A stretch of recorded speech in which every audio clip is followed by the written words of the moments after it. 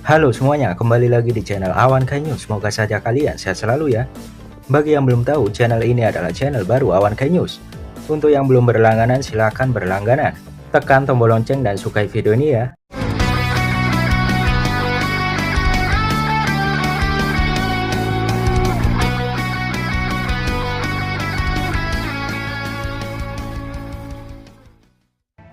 Episode 231 berjudul Misi Pertama Kapten Denki yang akan siaran hari ini jam 16.30 waktu Indonesia Barat.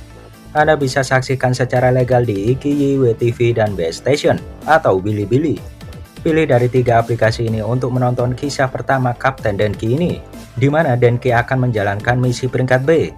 Tentu hal ini menjadi kebanggaan bagi Denki, namun karena misi ini membutuhkan banyak stamina, Denki di sini tampak kelelahan. Hal ini membuat orang-orang sekitar meragukan Denki sebagai seorang shinobi. Bagaimana cara Denki mengatasi hal ini? Jangan lupa ditonton ya.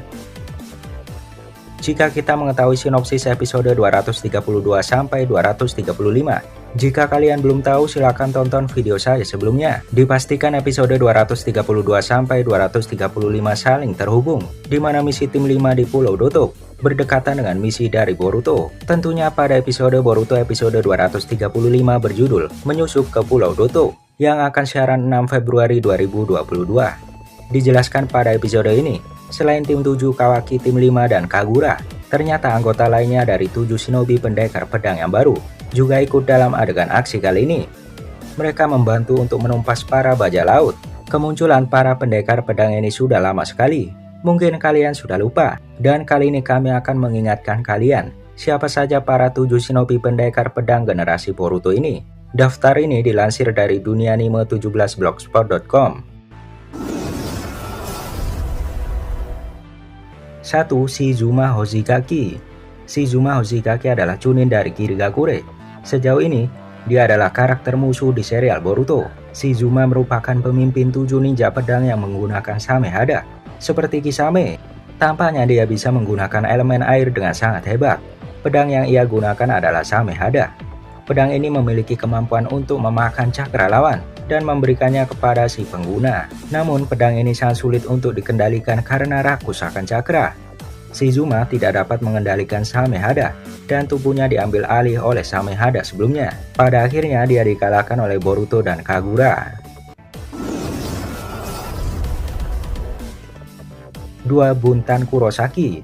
Buntan Kurosaki adalah kunoichi Kirigakure dan juga merupakan anak dari Raiga Kurosaki. Buntan adalah teman dari Shizuma dan nampaknya ia juga menyukai Shizuma. Pedang yang ia gunakan sama dengan ayahnya, yaitu pedang Kiba. Pedang ini dapat mengeluarkan petir dan juga mengendalikan petir. Dari temannya yang lain, Buntan nampaknya paling mahir dan tidak payah dalam menggunakan pedang. Terlihat saat bertarung melawan Sarada, ia dapat memojokkan Sarada dengan pedangnya.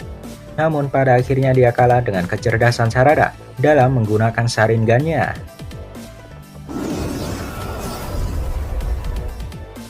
3. Ichirota Oniyuzu. Ia adalah pemegang pedang Bakuto Shibuki, pedang yang dapat mengeluarkan ledakan beruntun dari ratusan kertas peledak yang ada pada pedang tersebut. Ichirota dapat membuat lubang yang besar dengan menggunakan pedang tersebut. Ia nampak payah karena hanya menunggu di belakang ketika temannya sedang bertarung dan menunggu musuh melemah. Ia dapat dikalahkan oleh Iwabe dengan satu tebasan. 4. Hasaku Onomichi. Hasaku Onomichi adalah shinobi dari Kirigakure dan juga teman dari Shizuma. Pedang yang ia gunakan adalah Kubi Kiribojo atau pedang pemenggal. Disebut pedang pemenggal karena terdapat lubang yang berfungsi untuk memenggal kepala lawan. Pedang ini juga dapat beregenerasi dengan darah. Hasaku akhirnya dikalahkan dengan mudah oleh pedang rusak milik Chojuro dengan mempermainkan emosinya. 5. Happy Jigo. Ia adalah kunoichi dari desa Kirigakure dan merupakan teman dari Shizuma juga. Ia adalah pengguna pedang Noibari atau pedang jarum jahit, pedang yang memiliki kemampuan untuk menusuk badan lawan, kemudian mengikatnya seperti boneka. Happy Jigo ini dapat mengikat Chojuro atau Mizukage ke-6 bahkan dengan cepat. Namun Happy Jigo hanyalah ninja payah yang takut terluka. Ia dapat dikalahkan dengan mudah oleh Chojuro. 6. Kyoho Fuefuki. Kyoho Fuefuki adalah ninja dengan tubuh yang besar. Dia mampu mengalahkan klon Boruto dengan tangan kosong. Pedang yang ia gunakan adalah Kabuwari, atau yang dikenal dengan pedang tumpul, untuk menghancurkan pertahanan lawan. Dia memiliki kemampuan yang sangat payah. Ketika Chojuro berhasil menghajar dua temannya, ia memilih untuk menyerah. 7. Kagura Karatachi. Kagura adalah cucu dari Yagura Karatachi atau Mizukage keempat. Dia juga pewaris dari pedang Hirame Karei atau disebut pedang kembar. Dia bergabung karena pengaruh dari Shizuma dan rasa bersalah pada masa lalu. Kagura Karatachi merupakan salah satu shinobi yang berasal dari Kirigakure yang bekerja sebagai seorang pembantu Chojuro alias Mizukage ke-6, dan dia juga salah satu dari shinobi 7 pendekar pedang Kirigakure. Namun tujuannya sangatlah baik karena dia ingin menciptakan desa yang damai. Dia juga terbukti sangat ramah dan baik kepada orang lain, bahkan walaupun bukan asal dari desanya sekalipun. Tapi ternyata ada hal yang tersembunyi dari dirinya, di mana dia merupakan salah satu penggemar Kage Masa, dan juga dia salah satu orang yang memiliki barang dagangan milik Kage Masa. Itu adalah sekian profil dari 7 shinobi pendekar pedang era Boruto. Bisa saja yang terlibat tidak sampai 7. Kita akan menunggu informasi selanjutnya.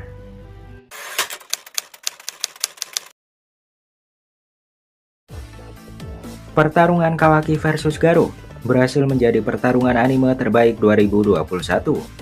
Dilansir dari Facebook Info Dunia Shinobi Indonesia, mengatakan fakta menarik di balik pertarungan anime terepik selama 2021. Hal ini didasari dari Crunchyroll.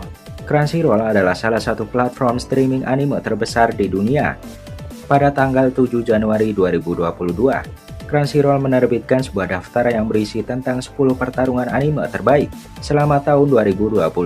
Pada daftar tersebut, diumumkan bahwa scan pertarungan Kawaki versus Garou meraih peringkat pertama sebagai pertarungan terbaik di tahun 2021.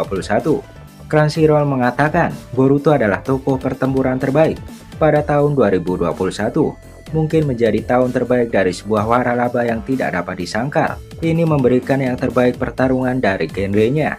Faktanya, jika saya tidak membatasi daftar ini menjadi satu pertarungan per IP, 9 dari 10 teratas semuanya adalah Boruto.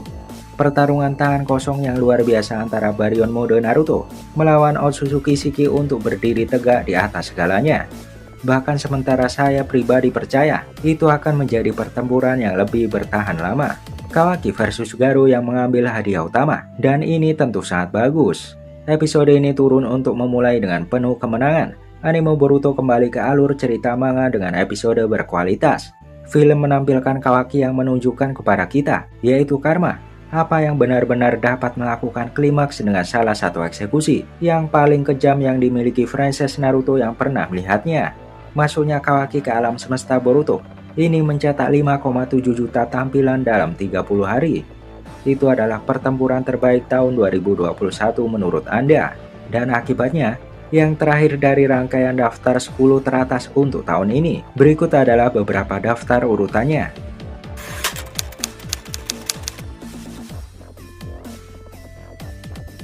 Tentu saja dengan ini kita patut bangga dengan anime Boruto, meskipun tidak jatuh pada saat Baryon mode versus Ishiki.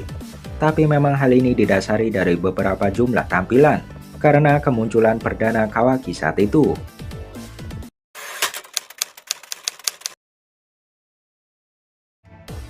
Selanjutnya kami akan membagikan teori mengenai sosok Amado.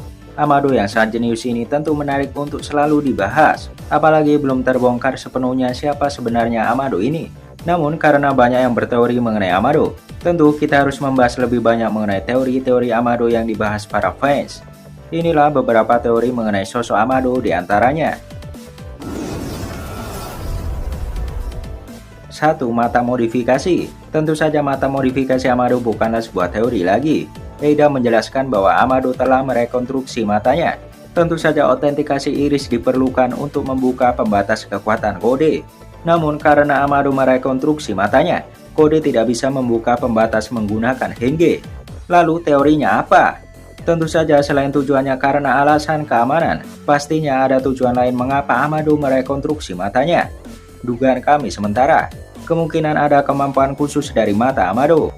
Misalkan saja mata cyborg ciptaan Amado saja mempunyai banyak keahlian yang di luar nalar. Lalu bagaimana kemampuan mata Amado ini?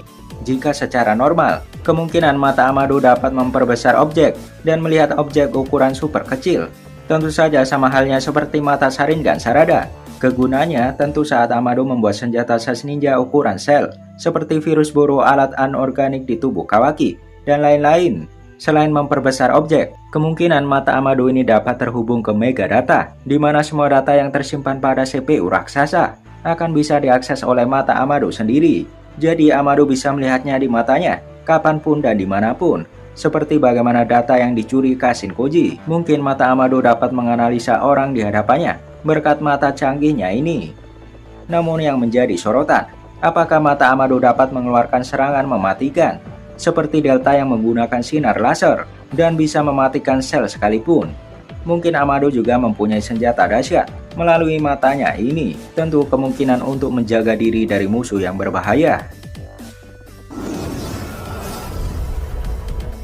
2. Mata asli Amado. Teori lain mengatakan bahwa Amado menyimpan mata aslinya sendiri. Mata yang saat ini dipakai adalah mata yang berbeda. Tentu saja jika Amado dari klan tertentu, akan bisa dikenali jika menggunakan mata aslinya. Mungkin Amado telah menyimpan mata aslinya di suatu tempat. Jika benar Amado adalah klan Otsutsuki, bisa jadi mata itu adalah mata yang sejenis dengan Jogan, Rinnegan Tomoe, atau mata 8 jalur. Penyamaran Amado untuk menjadi sekedar ilmuwan akan bisa ditutupi dengan mengganti mata aslinya ini. 3. Mempunyai kemampuan semua cyborgnya. Jika kita tahu sosok Kabuto yang sudah lama ikut Orochimaru di serial Naruto, dia melakukan eksperimen bersama Orochimaru selama bertahun-tahun, dan pada akhirnya Kabuto memasukkan semua data dari semua penelitian Orochimaru.